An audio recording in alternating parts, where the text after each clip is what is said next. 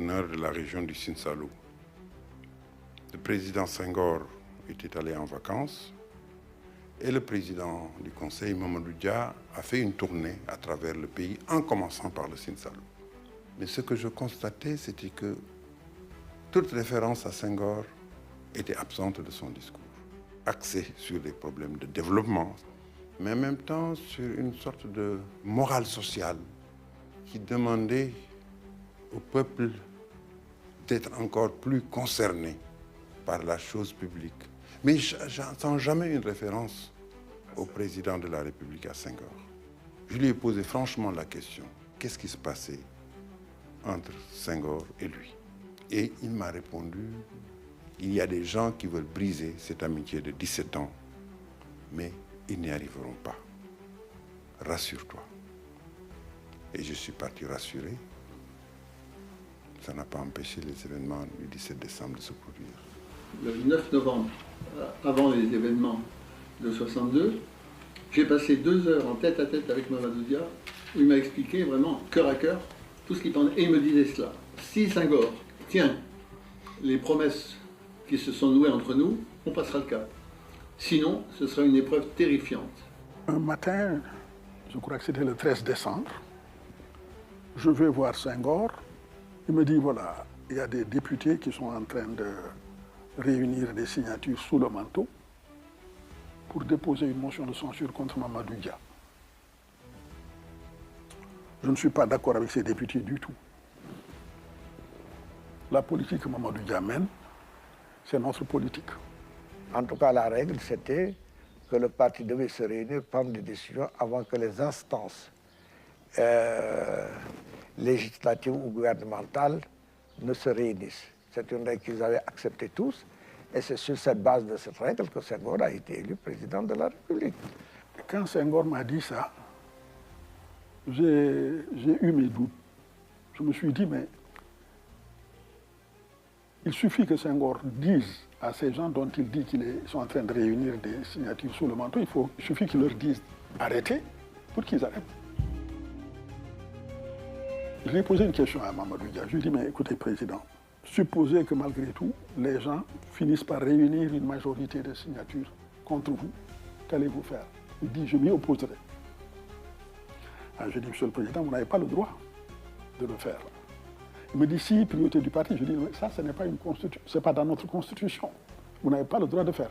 Il me dit, si, un tel et un tel m'ont dit que j'avais le droit de le faire, etc. Babacar Ba et moi, ce soir-là, nous avons essayé de le convaincre de ne pas du tout s'opposer à ça par la violence. Mais ça, c'est un des défauts de Mamadou Dia. Le complot s'est mis en place avec le dépôt de la motion de censure. Il s'agissait absolument pas de pousser Mamadou Dia à un acte d'illégalité constitutionnelle. Et à ce moment-là, effectivement, il est en porte-à-faux et en conflit. Et donc, il devient vulnérable à la répression. Il a choisi d'obéir à sa conscience. Et aussitôt, toutes les forces contraires sont allées voir Senghor et a dit il a violé la Constitution, il a fait un coup d'État.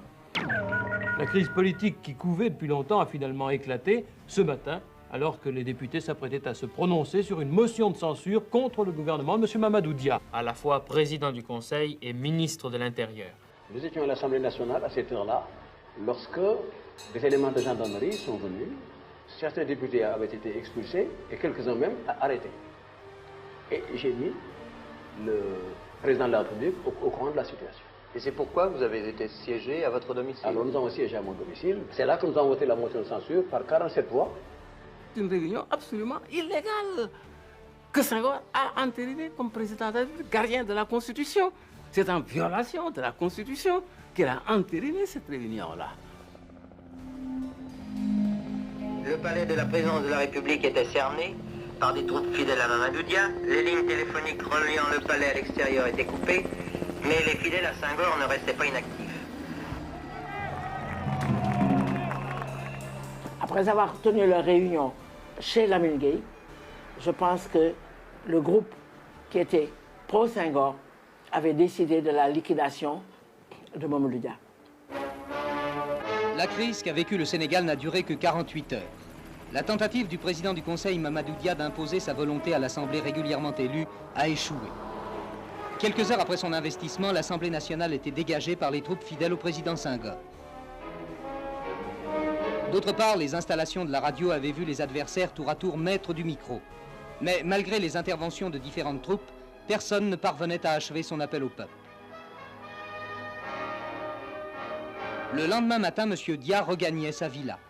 Il avait beau haranguer quelques partisans, les jeux étaient faits. Je suis allé voir Mamadou Dia à la résidence de Médina. Je le trouve là avec une maison remplie de monde en bas, dans la cour. Il me prend dans un coin et se met à me raconter ce qui s'est passé. Ce n'était pas du tout un coup d'État.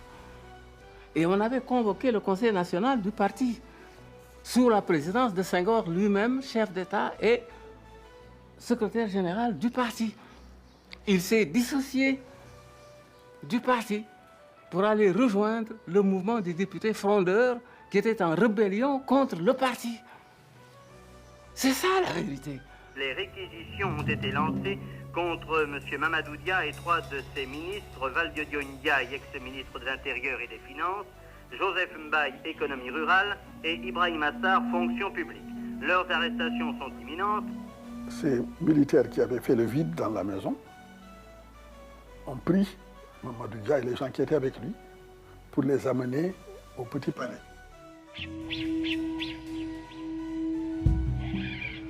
Je prends ma voiture pour aller voir Senghor.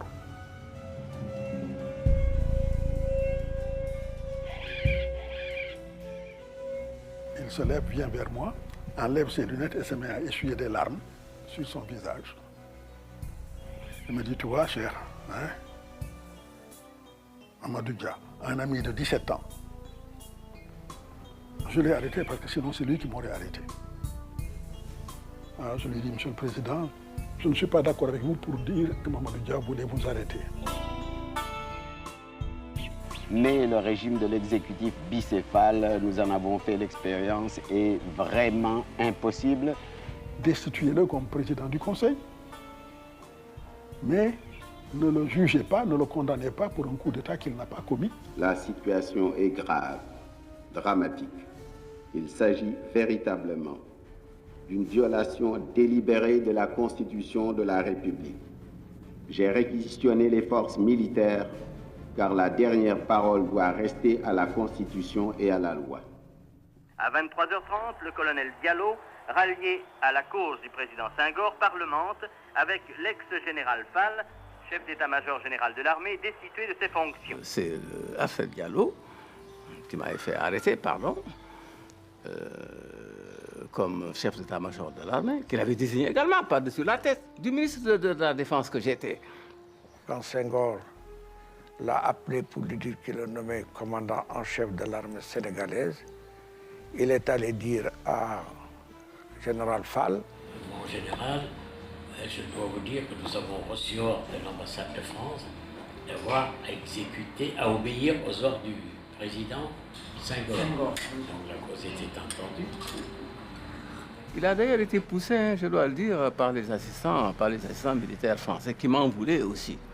Je venais de prendre des dispositions, d'accord avec le gouvernement français, pour mettre fin au service des assistants techniques militaires français au Sénégal. Jean-Alfred Diallo a été considéré comme traître par Mamadou Dia et Joseph Mbaye. Parce qu'eux, ils étaient au courant, puisque c'était eux les instigateurs de sa présence au Sénégal, de son retour au Bercail. C'est à moi qu'il doit d'être au Sénégal. Ce n'est pas à Senghor. Il était capitaine de l'armée française. Quand j'ai reçu une lettre de Annette Baye, qui est la mère de sa mère ou sa tante. Sa mère. Hein? Sa mère. Pour me recommander justement son cousin Alfred Diallo. Je suis donc intervenu pour demander l'affectation d'Alfred Diallo au Sénégal, ce qui a été fait. J'ai sauvé Senghor. Moi, si j'ai dit non, Monsieur le Président, je ne peux pas accepter cette responsabilité. Il suffisait d'un petit rien. Oh là là, on l'a tué. J'ai pu les réconcilier. Jean-Alfred Diallo et Joseph Mbaye se sont retrouvés autour d'un soupe cagné.